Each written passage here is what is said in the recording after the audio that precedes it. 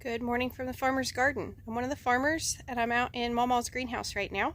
Obviously we have not had time to rebuild a greenhouse for ourselves yet. Thankfully she had one and she's letting us use parts of it.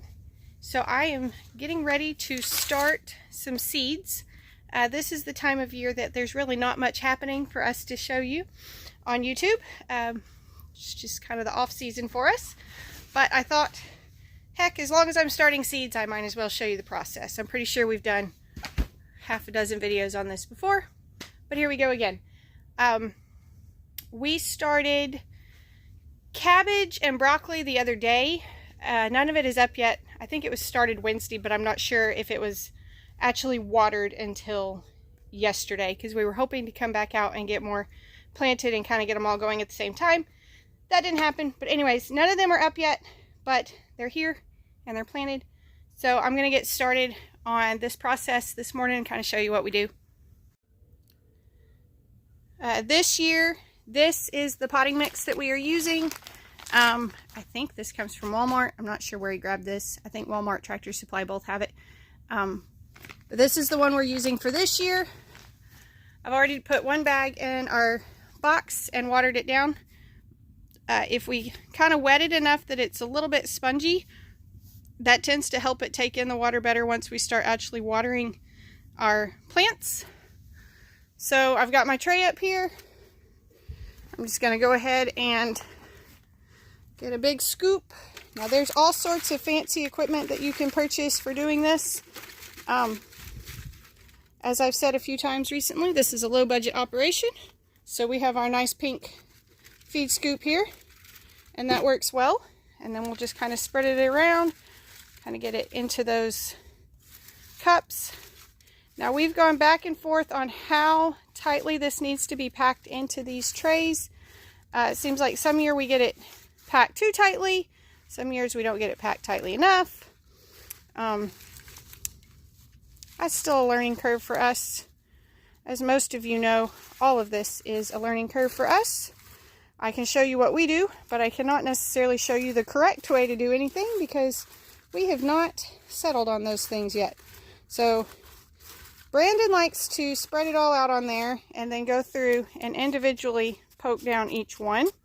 I prefer to grab another tray and kind of a little bit more efficiently pack them all down. Sometimes this doesn't seem to get it packed tight enough. So I'm going to do it pretty firmly this time. You can see that gets me a pretty good cup to drop the seeds in. It's packed down in there away from the top edge. And then I've got seeds. Brandon is at a market this morning. Normally I'm the one that does the market and he stays here. So I'm not totally sure what I was supposed to start in what, but I'm just going to grab something out of the bag he has here and try. So Brussels sprouts are not one of our specialties. We tend to grow really tiny Brussels sprouts or no Brussels sprouts at all. But since I've got some seeds, that's what I'm going to start. Alright, so Brussels sprouts. These are going to be some little tiny seeds. I'm not even sure if I'll be able to show you. Now we normally use, yeah, they're teeny tiny. If I tip that too much, they're going to fall out. Normally we use a little planter.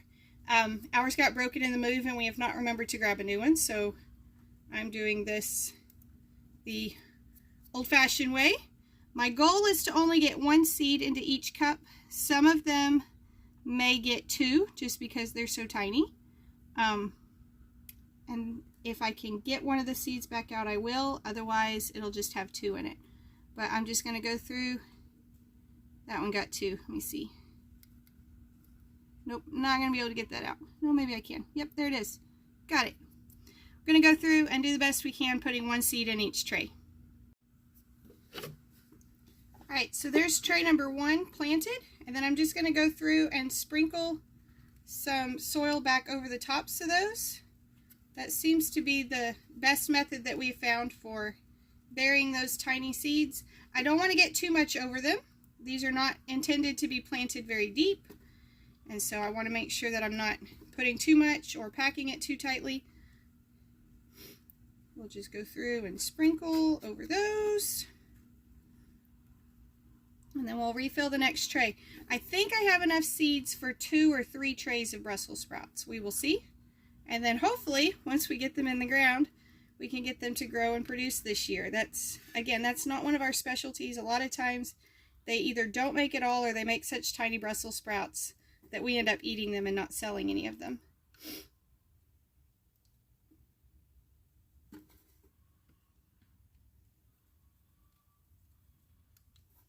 My favorite thing about having a greenhouse is how nice it is to work in them, even on a cool day in the winter. It's just kind of springy in here. In fact, the Black-Eyed Susans and Morning Glories are sprouting like crazy in here. They already think it's spring, and they are just going to town as little weeds in here. So we're having to kind of pull and hoe around those so they don't get too bad. All right, that one's ready. We'll add a plant label and set it over there to be watered in a little bit.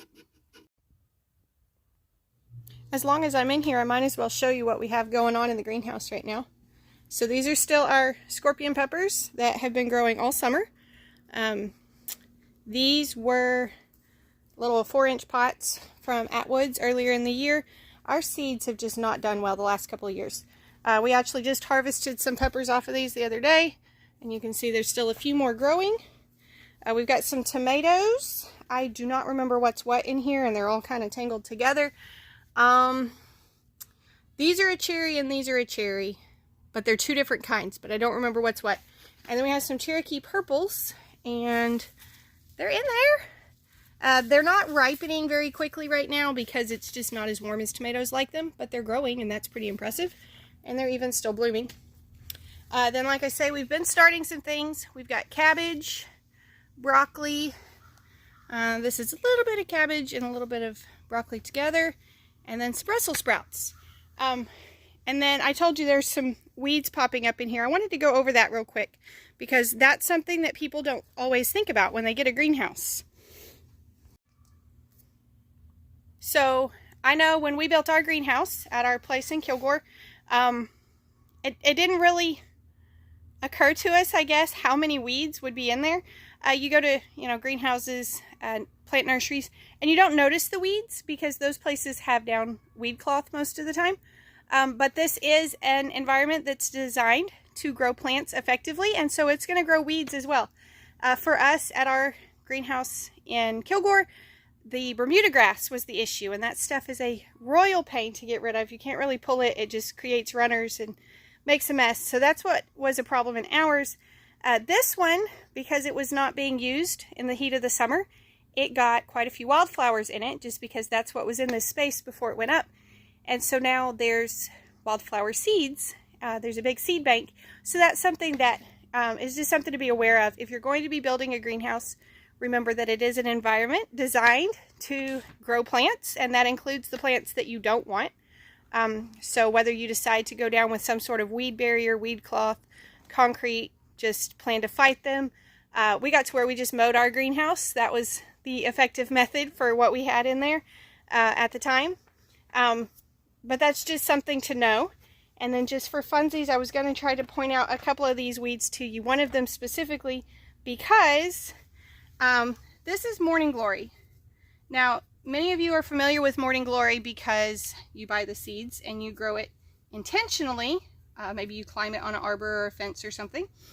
This is the wild version. Let me turn it around where you can see the plant better. So there you go, wild Morning Glory. It's got these kind of uniquely shaped leaves, and it does make a pretty purple flower just like the cultivated variety. But this stuff grows and tangles on all sorts of stuff. So this is not necessarily something that you want to allow to grow in your vegetable garden or in a place where you're trying to kind of maintain some type of order, because this does get out of hand quickly. So we've been pulling these. This one is a pigweed. Some people call them amaranth. Some people find them desirable. I find them to be a huge pain. I'm very much allergic to them once they start getting those little stickers and thorns on them, and then you have to pull them that way, and they make me sneeze and all the things. So that's a pigweed. It has the kind of pinkish stem. There's another one right there. I I said Bermuda grass makes runners. So there you go, that's the runner. You cannot kill Bermuda grass by baking it out most of the time. Most of the time that's going to take a chemical to remove that one and get it to die and stay dead. That's a hard one. And then I believe these are Black-Eyed Susan sprouts. That's one that I'm not used to identifying until it's bigger. But I think that's what I'm looking at right there. I know there were a bunch of those in here. So that's some of the weeds that we're just kind of watching for and pulling as we see them. The pigweed and the morning glory for sure, because those will be a pain. All right, I think that's where we're going to call it a day for planting seeds. We'll give these all a good water. That soil was moist when we put them in, and that will help, but we need to water as well. So we ended up with, let's see, we got broccoli, cabbage, Brussels sprouts, cauliflower, and a couple of trays of cilantro. So we'll let those start growing. Like I say, we've done plenty of seeding videos before. This is sort of not new information anymore at this point, but we kind of run out of stuff to do videos of this time of year. There's just not a lot of exciting things happening right now. So thought we'd do a video of that again. So that's how we plant our seeds. We are obviously going to be keeping them in the greenhouse for a few weeks, let them get bigger, and then they will go out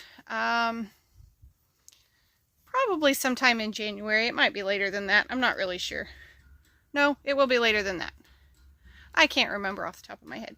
Anyways, last year we actually put a lot of this stuff out in November, and we had big beautiful plants, and then we got a freeze right at Christmas that killed them.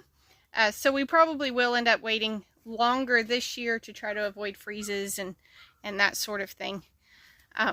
Once burned, twice shy, and that sort of deal. So I'm going to finish mixing up some soil before I put the lid on this, wetting it down and just kind of having it ready for the next time we come out to plant, because we do have some more seeds to start in the next day or two. But that's where I'm going to stop for today. Thank y'all for stopping by the farm. I hope you enjoyed your visit. Y'all be sure and tell your friends about us, and come back when you can stay longer.